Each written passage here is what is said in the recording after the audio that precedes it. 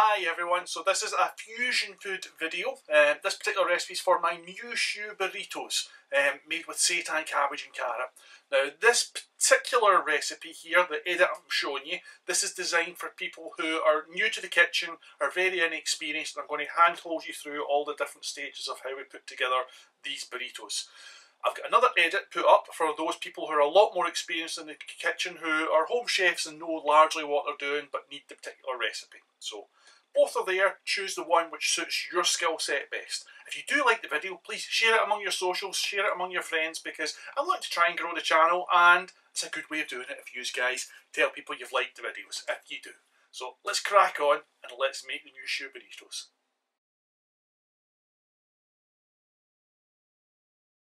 First up, we're looking to weigh out 360 to 400 grams of firm seitan.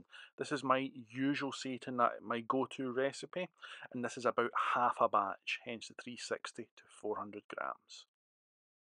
And you have a couple of options when it comes to slicing your seitan. You can either use a really sharp knife and try and get nice thin even cuts with that, or for an easier route you can use a food processor with a slicing attachment and just feed it through the food processor until you get nice equal fine slices. Your choice, whichever way you want to go. And you can see here how fine the slices are when you use the food processor route, which is harder to do if you're going to use the knife. They are likely to be that bit thicker. It's not a hassle, it just gives you a slightly different mouth texture when you're going to eat the meal. Again, this is personal preference. And once your seitan is sliced, we're just going to set that aside on a plate or in a bowl, whichever way you want, until we require it. And we also require one large carrot, which is somewhere in the 190 to 210 grams region for a large carrot. So first up, we want to top and tail our carrot, which is taking off both ends of the carrot. We then want to grate the carrot, or if you're really happy with a knife, you can really finely chop it with a knife instead.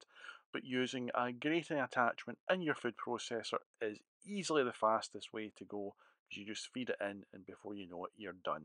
And your food processor's already dirty anyway, so you may as well go that way.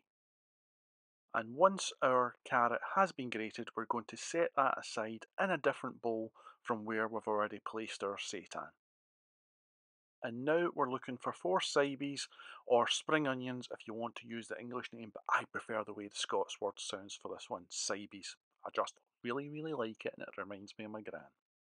So we want to anyway take off any of the nasty bits of the leaf end that don't look particularly nice, and we're then going to slice along the length of these to open them up so we can wash them and remove any grit that's formed inside them, because these types of vegetables, just like leeks, they grab an awful lot of grit due to the nature of the soil and the way they grow.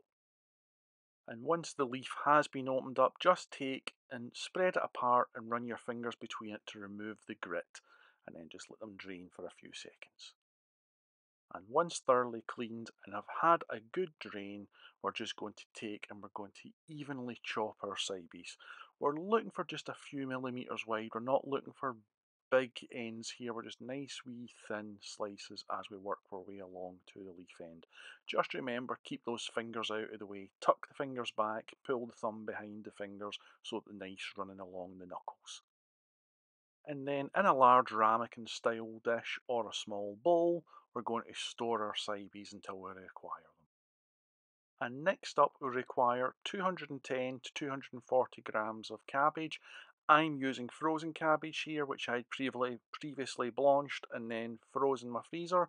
You can use fresh if you prefer. There's obviously slightly more flavour in a fresh head of cabbage, but the frozen gives you the option to keep it aside. You're looking at roughly a quarter of a medium supermarket head of cabbage, gives you the right weight. And there's my batteries just fading out on my scales there. And now we want to prepare our cooking sauce mixture. So we're looking for 1/4 cup of hoisin sauce, and we're going to measure that out and put it into a bowl. And then we're going to add to that 1/4 cup of water and give it a wee stir. And lastly to this mixture, we're going to add toasted sesame seed oil, and we're looking for 1 tablespoon of the oil, and just again add it to the bowl and then give it a little stir together with a small spatula. And now, because I was using frozen cabbage leaf, I set it aside for 10 minutes, 15 minutes, just to let it defrost just slightly. And now I'm going to go in with my knife and I'm going to chop up the leaf. If it's a fresh head, chop it as soon as you've measured it and set it aside in the same bowl as our carrot, because they're going into the pan at the same time.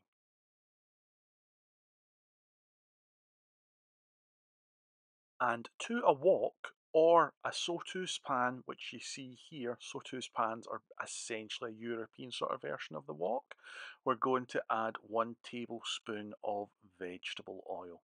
And bring the pan and the oil up to a medium-high heat. And we now want to add our seitan to the pan, and we're going to cook that for 4 or 5 minutes. We're looking to brown off the seitan, but we're not looking to burn it. By using the really fine slices, you get a really nice crisp to your seitan as well. If they're slightly thicker, you lose a little bit of that crisp, so it just depends on which way you prefer the seitan and the mouth texture for this dish. But playing about with it will give you a slight variety to how it actually comes across when you're eating it. But to get it evenly browned, do stir it often, move it around, don't leave the same pieces sitting at the bottom of the pan. Give it a really good stir over the 4 or 5 minutes, many times. Expect a fair bit of steam as we cook our seitan off, as the seitan itself loses some of that moisture and begins to just brown and crispen up a little bit. It's not going to be crunchy, just a little bit crispier than it is before it went in, basically, is what we're looking for. But watch it, you can see how it changes texture, you can see it browning off, and once it's there, we're going to take it out and we're going to return it to the plate or the bowl that we had it stored in. We're going to set that aside and use the same pan to cook the next stage of the recipe. So add your second tablespoon of vegetable oil to the pan. And because we're using the same pan, it's already warm, don't need to worry about the oil getting to temperature, it will stay almost at temperature instantaneously. So we're going to add our carrot, we're going to add our syboes, and we're going to add our cabbage to the pan all at the same time. Now, use any fresh ingredients, add them to the pan before any frozen ingredients, because the frozen ones may spit the moisture from the freezing process up at you. To prevent that and minimise any chances of that, fresh in the pan before anything you've chose to use as a frozen ingredient. Remember, it's never a problem to use frozen ingredients, that's why they exist, but fresh always gives you more flavour for your buck, but frozen ingredients allows you to stretch ingredients out longer and hold on to them and produce less waste. So there's a wee balancing going on. Now, give everything a stir, and then we're going to cook it off for 7 to 8 minutes and stir it often. Again, just like the seitan, we don't want anything burning, but we do want a nice even cook throughout. So 7 to 8 minutes, you can see all the steam coming out, and we just want to get that nice and cooked through. And once our 7 to 8 minutes is up, we're going to return the seitan to the same pan and then give everything a quick stir together. Immediately follow the seitan on with our hoisin sauce, water and our sesame seed oil mix, and we're going to thicken that off, that sauce mixture. We're going to cook it for about 3 or 4 minutes.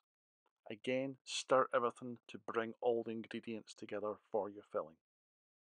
Now, whilst that's thickening off, we're going to take 6 tortillas, stick them in your microwave, and we're going to heat them for 1.5 minutes, and we're going to flip them about halfway through. By heating our tortillas, it's much easier to fold them and bring them together than using cold tortilla. Now take and drag a line of hoisin sauce down the centre of each tortilla. Now it depends on the flavour hit you're looking for, how heavy, how thick you want that line of hoisin sauce to be. This is the way I generally do it, but sometimes if I want a real boost, I'll add a bit more sauce. So do it to your own taste. And now it's time to add our fillings. Either use a spoon or use tongs, just as long as we get roughly equal fillings in each of the tortillas. Just spread them down and place them along till you think, yeah, that looks about even. And when it comes to folding, take the back section furthest away from you, pull it up by a few centimetres, fold from one side past the halfway point and fold the other side back over. And then repeat this for each of the tortillas. So again, go to the back section, just fold it up a few centimetres, over past the halfway point and then back on itself. Some of these tortillas were a little bit ripped, but hey ho. Two things to be careful of. Don't overfill your tortillas. It's easy to rip them further if you do overfill them. And after you've got them folded, flip them onto their opposite side so the folds can't be seen, and then put them back in your microwave for about 30 seconds. It just helps hold that shape together so you can pick up the pockets and eat them easier. If I have the feeling something's going to go horribly wrong, that's where I'm going to pick this up. I've got a horrible feeling that it's not going to go well, but lovely Mushu Flour Tortilla Burritos. Let's pick this up and try and eat it without spilling it everywhere.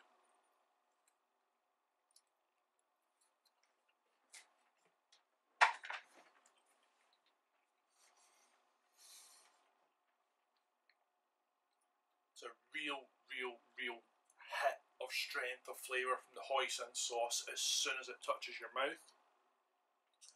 You've got a lovely crunch coming out of the carrot, lovely crunch coming out of the cabbage with a nice soft flour tortilla round it as well. It is far better to make your own tortillas.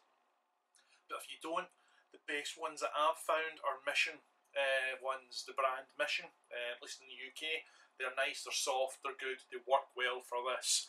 A few of the supermarkets' own ones, their own brand ones I've tried with this, do not work. But next level stuff is to make your own flour tortillas, which I've got a recipe for, which you can see back earlier on in the channel. But I love to enjoy my dinner because these are freaking delicious and I want to eat them whilst they're warm. Always eat these warm, don't let them cool, they work better with the heat all throughout it, including in your tortilla. Stay safe. Thank you for watching, and I really do appreciate it when you stick stuff down below, and thank you for all of your subscriptions. Stay safe, folks. All the best.